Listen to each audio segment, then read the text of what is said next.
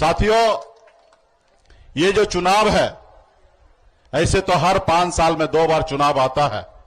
एक बार देश के प्रधानमंत्री को चुनने का और एक बार मुख्यमंत्री को चुनने का। लेकिन ये चुनाव जो है साथियों बहुत खास है।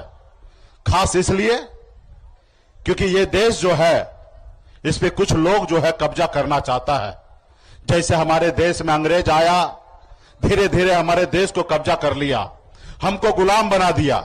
उसी तरीके से कुछ लोग इस देश को कब्जा करना चाह रहा है। ये देश साथियों गुलाम था, इस देश पे अंग्रेज का शासन था।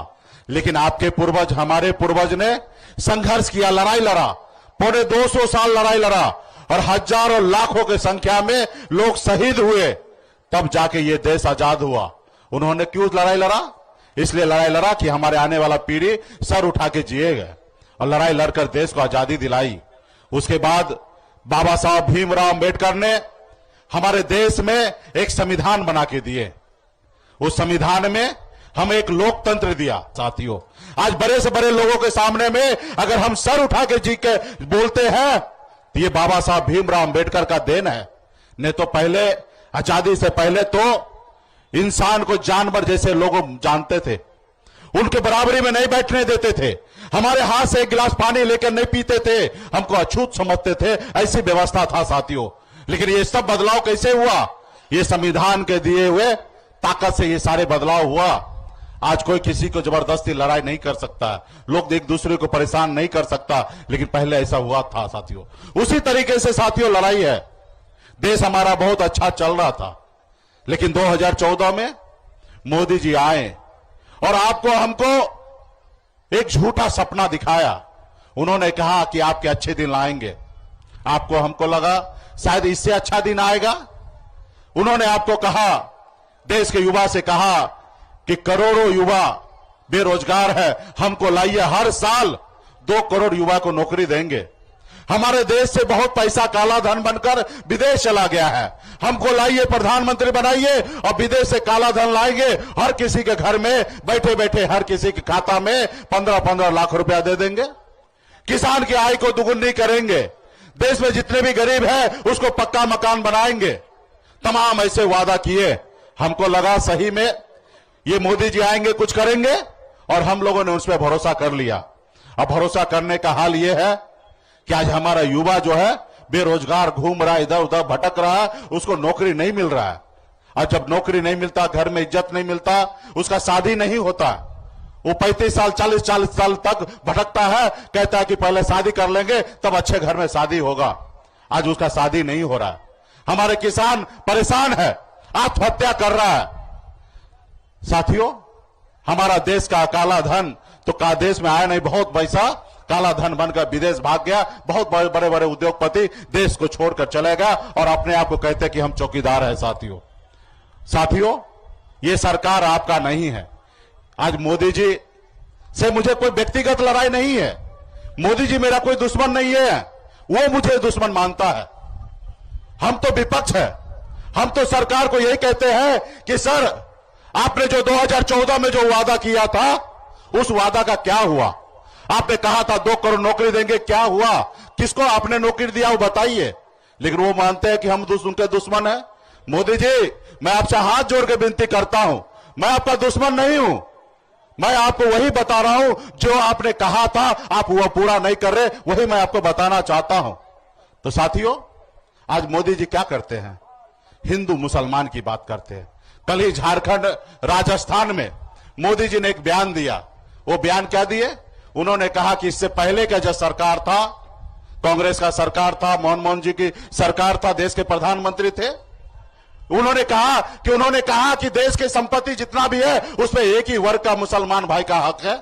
जबकि उन्होंने कभी नहीं कहा, मोदी जी आप देश का प्रधानमंत्री हैं भाई, 140 करोड़ का माई बाप है, और आप देश के जनता को गुमराह करना चाह रहे हैं, झूठ बोलते हैं।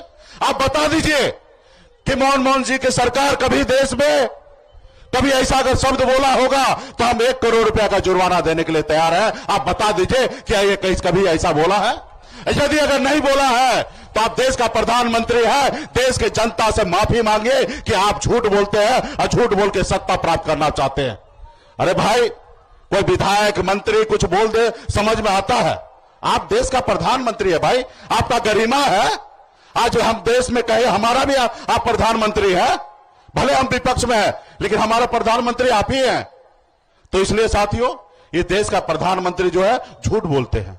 ये देश को खत्म करना चाहता संविधान को, फिर वो चाहता है कि देश के गरीब पिछड़ा दलित ऐसे लोग जो सर उठा के जी रहा है उसको गुलाम बनाए। ये नहीं चाहता कि गरीब का बेटा भी सर उठा के जिए। आप सबको पता होगा 2020 में हम संघर्ष करके हमने 4 विधायक बनाया और 4 विधायक को उन्होंने अपने में मिला लिया, खरीद लिया, हमें मंत्रिमंडल से बाहर कर दिया। हमने सरकार बनाया था। अगर हम 2020 में समर्थन नहीं देते नीतीश कुमार जी को तो नीतीश कुमार बिहार का मुख्यमंत्री नहीं बनता। हमने उनको मुख्यमंत्री बनाया, हमने बिहार में मंत्री बना और जब मंत्री बना तो हम अपने समाज के लोगों के लिए काम कर रहा था, मल्लाह के लिए, मछुआरा के लिए काम कर रहा था। देखा एक मल्लाह का बेटा मंत्री बन गया है, इसको रोको, अति पिछड़ा का बेटा को रोको, अगर नहीं रोकोगे तो बहुत आगे चला जाएगा, इसलिए इसको खत्म करो। और उन्होंने हमारे विधायक को खरीद कर हमें सरकार से बाहर कर दिया, रोड पे ला दिया, इसलिए क्योंकि मैं गरीब और पिछड़ा का बेटा हूं। तो इसलिए साथियों, कोई व्यक्ति विशेष लड़ाई नहीं है साथियों। आप बता दीजिए 2014 में कौन एक व्यक्ति निर्दलीय चुनाव जीत गया? आप बता दीजिए 2019 में कौन एक व्यक्ति निर्दलीय चुनाव जीत गया? हाँ, आप कुछ वोट ला सकते हैं और आप चुनाव किसी को हरा सकते हैं, लेकिन चुनाव तो नहीं जीत सकते हैं। और जब चुनाव नहीं जीत सकते हैं तो आपका फर्ज क्या बनता है कि जो जीत रहा है, जो आपका विचारधारा है, उसको जिताइए, ना ही कि उसको हराने का काम कीजिए। जनता मालिक होता है। ये देश में बाबा साहब भीमराव अंबेडकर ने हमें बहुत बड़ी शक्ति देके गया साथियों, संविधान देके गया है। इस संविधान में आपके पास इतना ताकत है। अब इस देश में अगर नौकरी, सरकारी नौकरी चाहिए तो 60 साल तक आप नौकरी करिएगा, 60 साल के बाद रिटायरमेंट होगा। लेकिन नेता के लिए बाबा साहब भीमराव अंबेडकर ने सिर्फ 5 साल का समय दिया साथियों, 5 साल के लिए।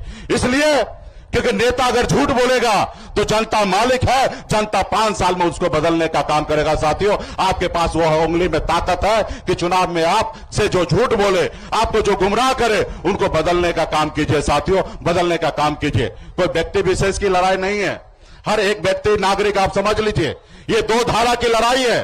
एक धारा जो संविधान को मानते हैं और संविधान को अपना सब कुछ हम मानते हैं, चाहे गीता हो, कुरान हो, हर चीज हम संविधान को मानते हैं। हमारे लिए सर्वोपरि हमारे लिए संविधान है साथियों।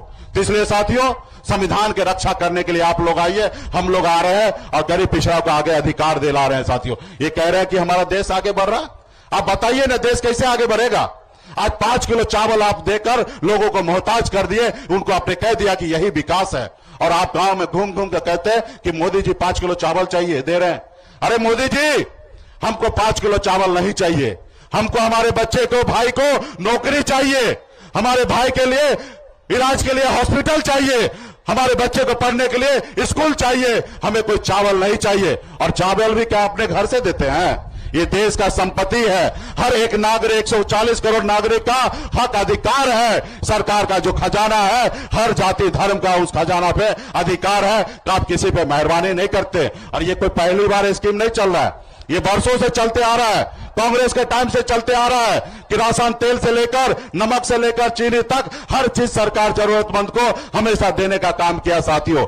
लेकिन आप है जो देश के लोगों को घास करके गरीब पिछड़ा को गुमराह कर रहा साथियों। इसलिए साथियों, बड़े संख्या में यहां पे युवा है, मैं आपसे आग्रह करता हूं, देखिए इस देश में 3 तरह के लोग हैं।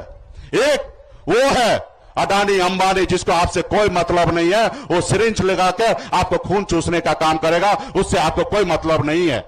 दूसरा वो गरीब किसान भाई जो अपनी जिंदगी जीने के लिए कल क्या खाएगा उसके लिए वो परेशान रहता है। और तीसरा आप जैसे लोग समझदार जो रैली का हिस्सा हुए कि आप सुनने के लिए आए कि नेताजी क्या बोल रहे हैं और क्या नहीं बोल रहा है, क्या सही है क्या गलत है, आपके पास सोचने समझने का शक्ति है साथियों। इसलिए साथियों, आप सोचिए समझिए कि जो सरकार आपसे झूठ बोले वो कभी भी आपका अपना नहीं हो सकता, जो आपको गुमराह करे वो सरकार कभी आपका अपना नहीं हो सकता साथियों। तो इसलिए साथियों, आप 10 साल से देख रहे हैं मोदी जी को, मोदी जी क्या कर रहे हैं, कैसे कर रहे हैं, कौन आगे बढ़ रहा है। इसलिए तमाम साथी से आग्रह है कि मजबूती से इंडिया गठबंधन के साथ खड़ा होइए। राहुल गांधी जी को हाथ को मजबूत कीजिए, हमारे आदरणीय लालू प्रसाद यादव जी को हाथ को मजबूत कीजिए, हमारे तेजस्वी प्रसाद यादव जी को हाथ को मजबूत कीजिए और बहन बीमा भारती को हाथ को मजबूत करके इसको चुनाव जिताइए, ताकि दिल्ली में हमारी सरकार बने। और दिल्ली में जब सरकार बनेगा तो लालू प्रसाद यादव जी का विचारधारा है कि हर गरीब किसान को सम्मान मिले, वो सम्मान के लिए हम लोग काम करने वाले साथियों। इसलिए तमाम यहां पे गठबंधन के साथी, समय आप लोगों के पास कम है, एक एक गांव में एक एक पंचायत में पहुंच जाइए। हमारे पार्टी के जितने भी नेतागण हैं, आप सब याद किए हैं, हाथ में गंगा जल लेके संकल्प लिया है कि अपने आने वाला पीढ़ी के लिए लड़ाई लड़ेंगे। सब आप लोग मजबूती से एक एक गांव में निकलकर मजबूती से अपने गठबंधन के साथी को चुनाव जिताने का काम कीजिए।